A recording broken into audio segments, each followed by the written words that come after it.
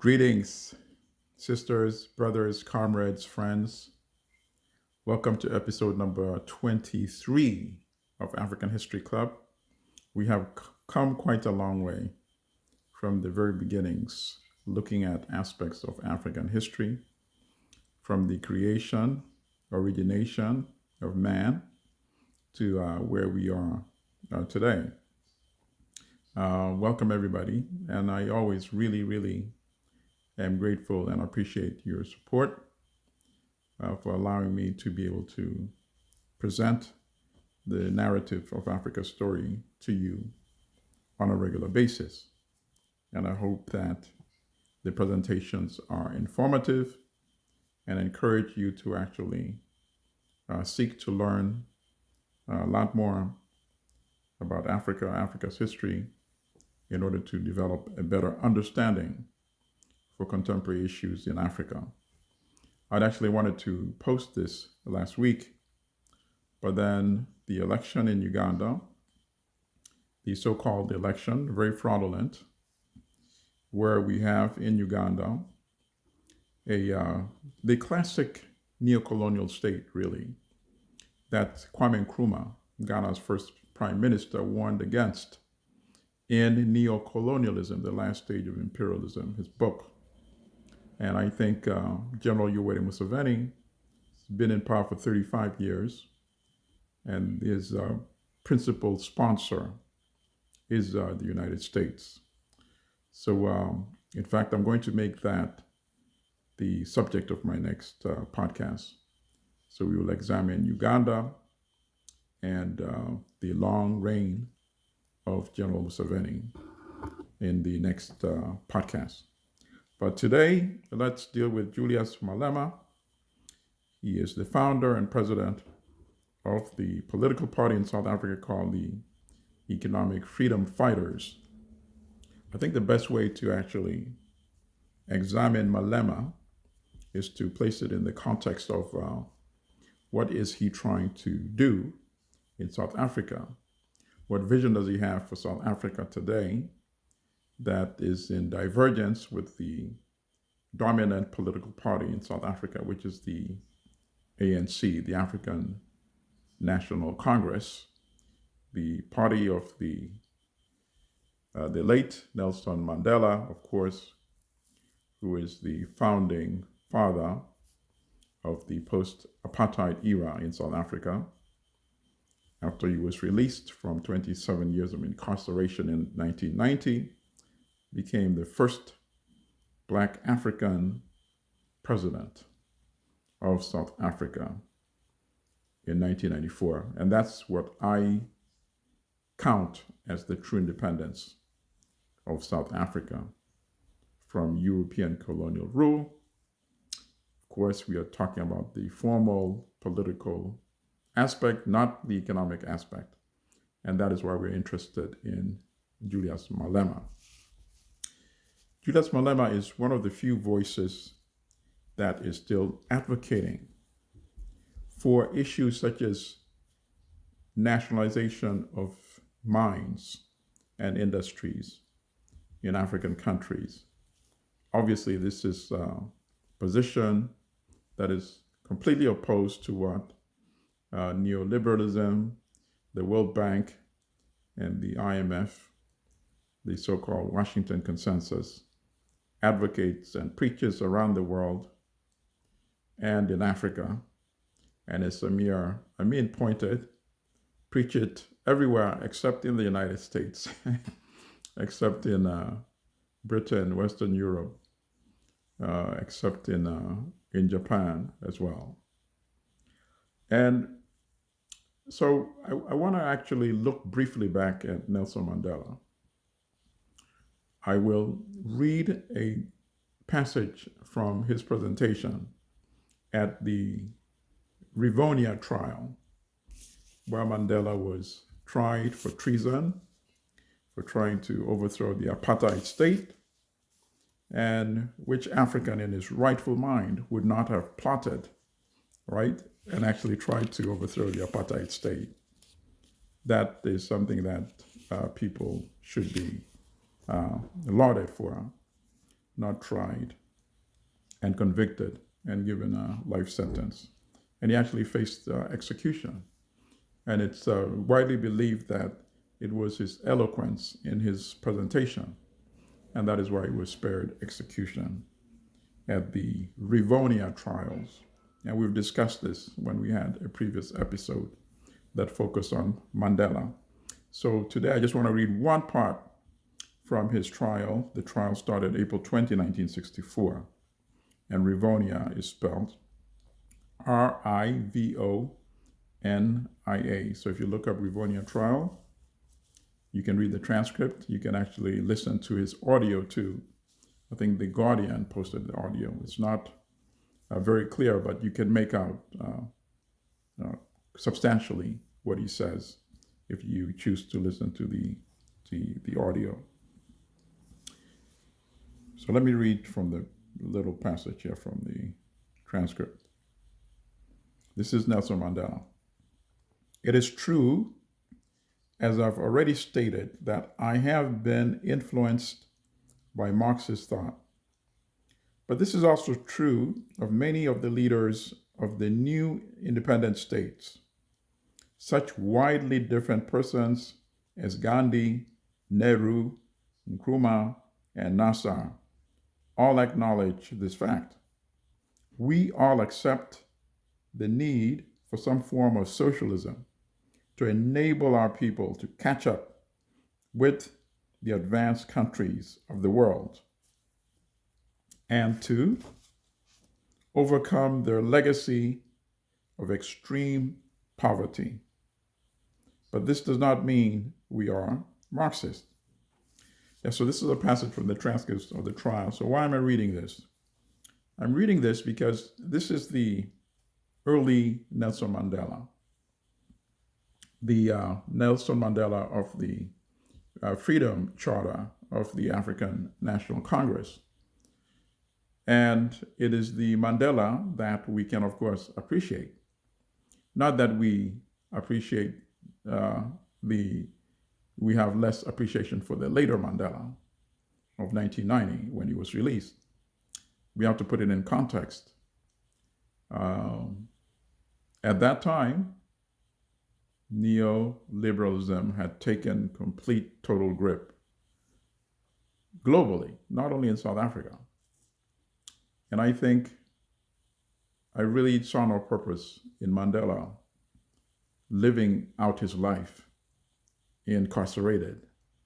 So if the deal was that he would get his physical freedom and accept the state as it is in South Africa, what choices really did he have? And I think we've discussed this in the past also. My position is that when Mandela, who was now in his 70s, was released in 1990, I think it was fitting that he should become the first Black president of South Africa and then leave the next stage of the struggle to people like Julius Malema, who, as we speak today, is 39 years old. So I think the fight for economic liberation of South Africa should be left to people like Julius Malema and the Economic Freedom Fighters, which is his party that he founded in 2013.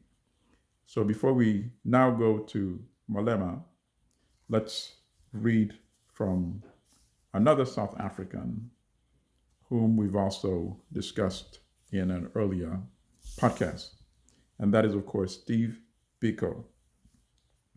And I'm reading from a passage that I transcribed from a video, which is on YouTube.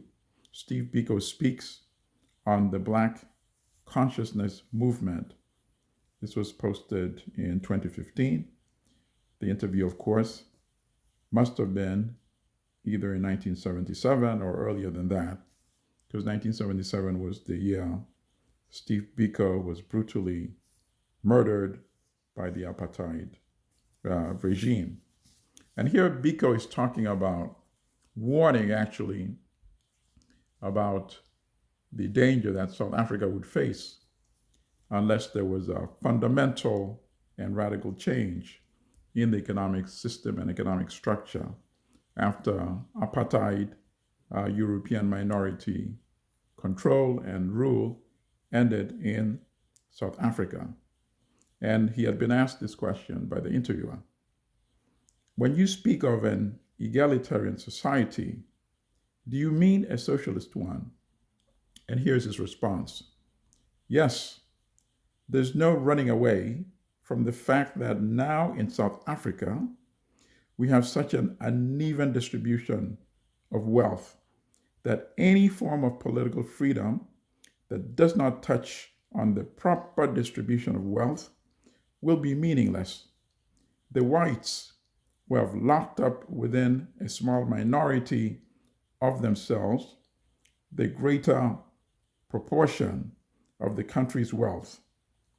If we have a mere change of face of those in governing positions, what is likely to happen is that Black people will continue to be poor, and you'll have a few Blacks filtering into the so-called bourgeoisie, and our society will be run as almost of yesterday.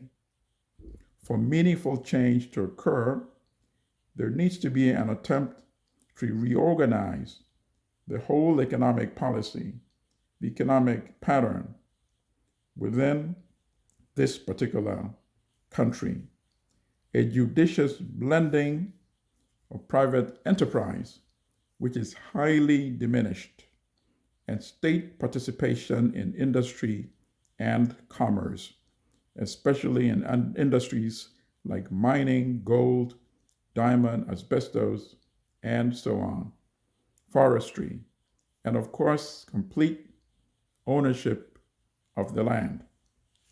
So this is Biko speaking, either in 1977 or earlier than 1977. So when we hear the vision of South Africa that Mandela had in the 60s, and we hear what Biko was warning against in 1977 or earlier, and then we look at South Africa today, and we see that, in fact, what we see is what Steve Biko warned against. South Africa, where the ruling elite is now partnered with a minority African Black ruling elite as well. The masses of South Africa are still deprived from access to a better life, better living standards, and land ownership, which has not changed. Essentially, you still find the European minority population in South Africa, European South Africans, who make up perhaps less than 7%. 7% of the population still own more than 70, yes, that's 70% of the most fertile land in South Africa. Then, of course, that is when Julius Malema comes around and he's talking about expropriation of land without compensation. He's talking about nationalization of the mines. Then you see why a person like Malema would be really demonized in South Africa. In fact, you know the challenges he faces because you know what has happened, unfortunately, to many Africans who have challenged the system in the past and tried to create a much more equitable society. And we've discussed some of them. And now, which also brings the question as to why you don't have any of the great names that we used to hear about, we became accustomed to.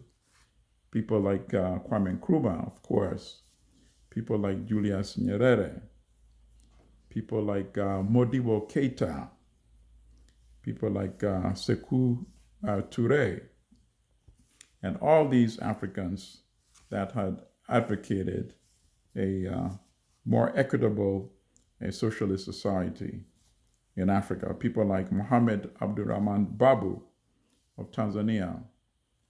People like Amilcar Cabral.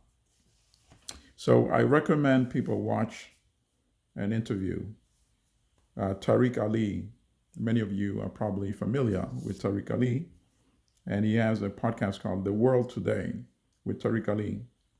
And that provides some of the answers to the question that I just posed. Why don't we have those type of African intellectuals, radicals anymore? And in this particular episode called Tanzania, Nyerere's Legacy, he interviewed Professor Issa Shivji, who's a retired professor now. He taught in the University of Dar es Salaam in Tanzania. And you can look up some of his work as well online, or listen to some of his commentaries. Both Tariq Ali and Issa Shivji. Issa is ISSA, Shivji is SHIVJI. And Issa Shivji discusses how the system of NGOs, non-governmental organizations all over Africa, called NGOs, even though they're funded by USAID, which is the US entity, or DFID, which is the British entity, they're funded by these governmental institutions, but they're referred to as NGOs, non-governmental institutions in Africa. But actually, he points out that they have been literally sucking up the best of the African young intellectuals, people who would have perhaps challenged the system and become young radical leaders in Africa. But they're offered high salaries with all these benefits, and they're told, he said in the past, they were told, act locally, think globally. That was the mantra of the past before the NGOs took dominant position in Africa. But now, as Shivji put it, they're told, act locally and don't think at all. We'll do the thinking for you. And that is, of course, a danger, because where are young Africans that challenge the system going to come from? Where will we get the Nyereres and the Nkrumahs of the future? So that is why Malema is a unique voice on the African continent, a young African, 39 years old, I don't think he's turned 40 yet, who's advocating those radical changes to the economic system in South Africa and in Africa. And I think Malema also knows that it will be very hard for him not only to succeed, but even to survive. So I think that's why he's always talking about a Pan-African approach. He's talking about the meaningless of these borders that were created by European empires in Africa. And these borders should all be eliminated so that there emerges a United States of Africa.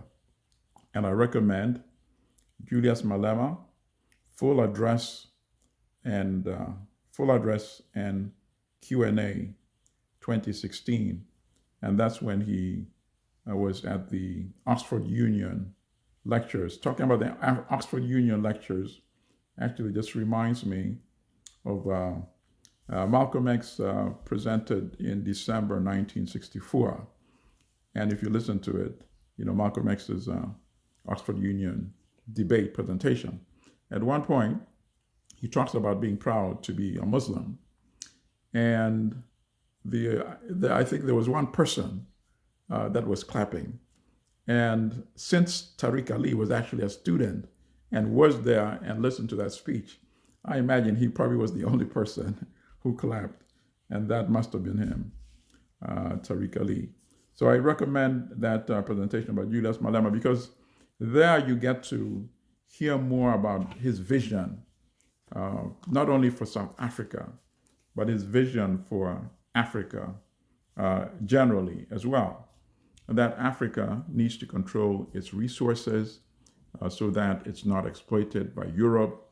He says even newly emerging power in Africa, China, must also not be allowed to colonize Africa as the Europeans had in the past.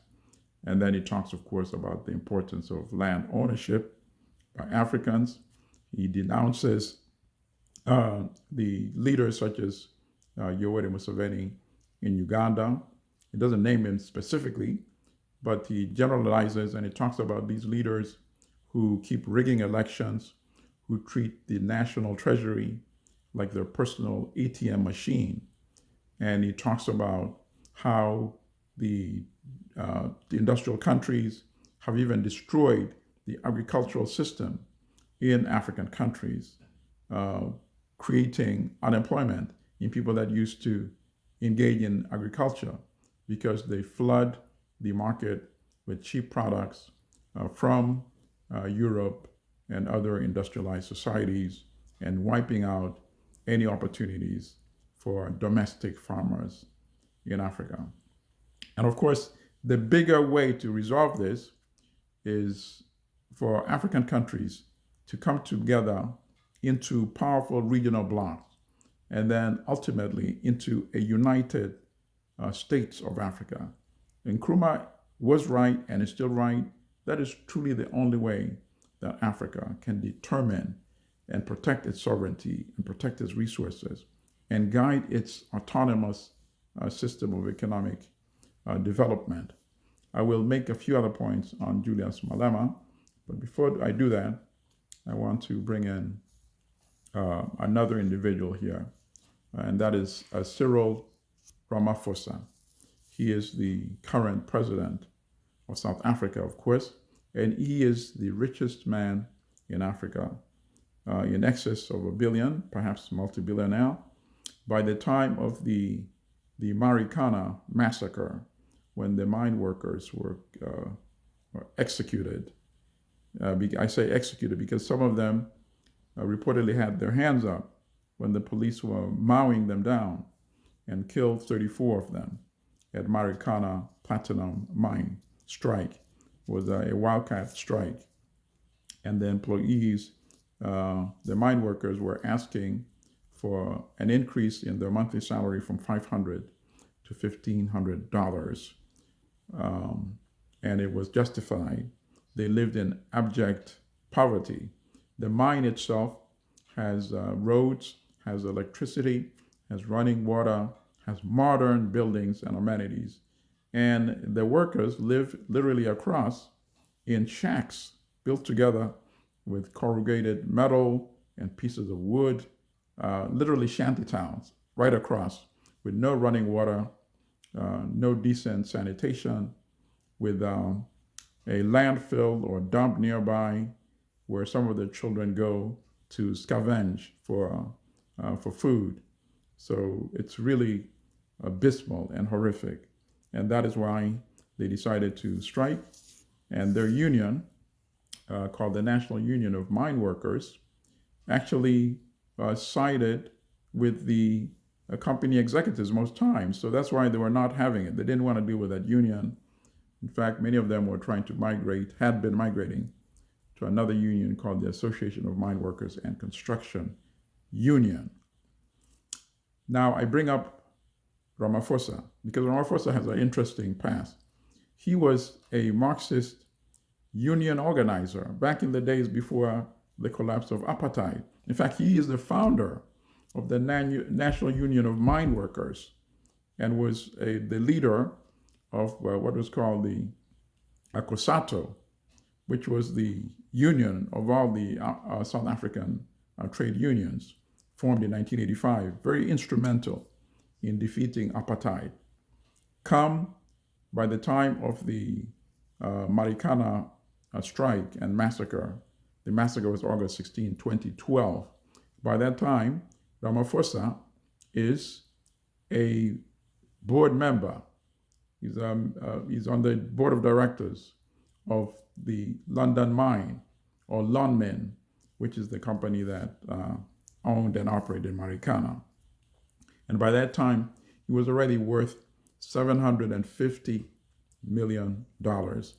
And he sided, of course, with management, and they discussed and plotted and planned together with the police to use forceful measures, ending in the massacre of 34 unarmed mine workers. This is something that was routine occurred during the apartheid era.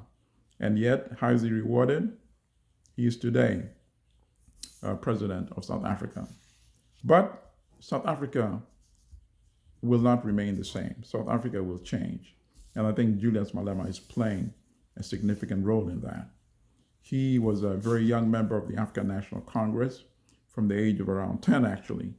His initial job was just ripping down posters, flyers after conferences and meetings. So he grew up absorbing politics from a very young age. And then later on, at the age of 27, in 2008, he became the leader of the youth wing of the South African ANC, African National Congress. He was a big supporter initially of Jacob Zuma. When Jacob Zuma became president, he campaigned for him aggressively.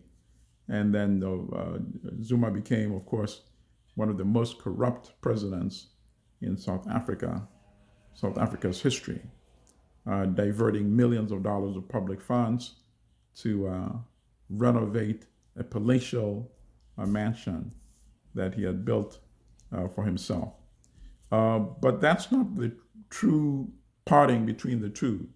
And ultimately, the true reason why Malema was expelled from the African National Congress in 2012 was because of what was seen as his many radical statements that he had started making, talking about nationalization of the mines, expropriation of the land without compensation, because he said, essentially, why should we reward the descendants of Europeans who committed genocide by paying them for the land, which was stolen from Africans?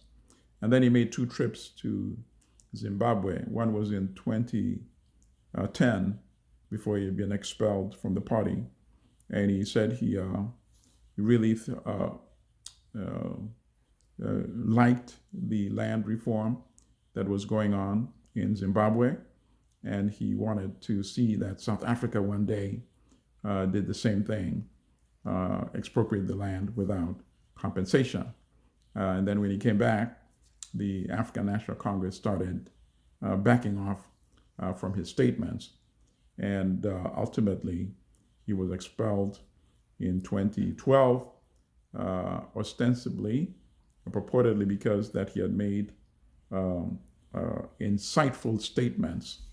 There's a song that he had chanted on several occasions that was popular during the era of the liberation struggle, called Kill the Boers, Boers, and that refers to the Europeans who ran the apartheid system, particularly of the Dutch descendants, the Afrikaners, as they're called, of the National Party in South Africa.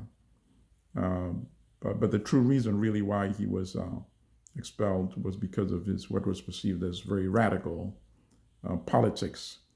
And as I said, I will post the links to the videos, including the Oxford Union lecture, where you get a clearer and more fully developed understanding of Julius Malema's philosophy and politics.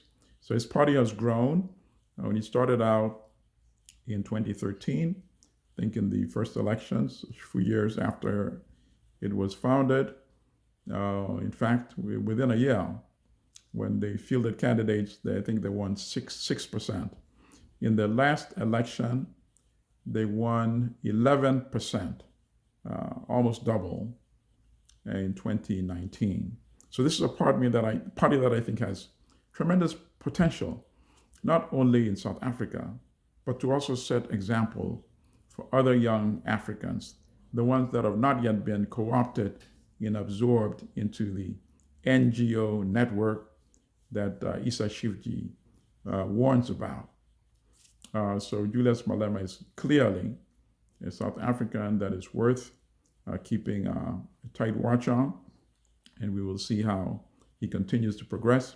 But at the end of the day, one African alone challenging the system, challenging the West, challenging neoliberalism, the Washington Consensus, the World Bank, IMF structural adjustment regime will not be able to survive.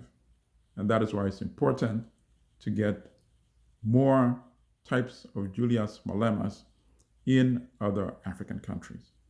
So I think I will end on that note. Sisters and brothers, comrades, friends, thank you once again for the support.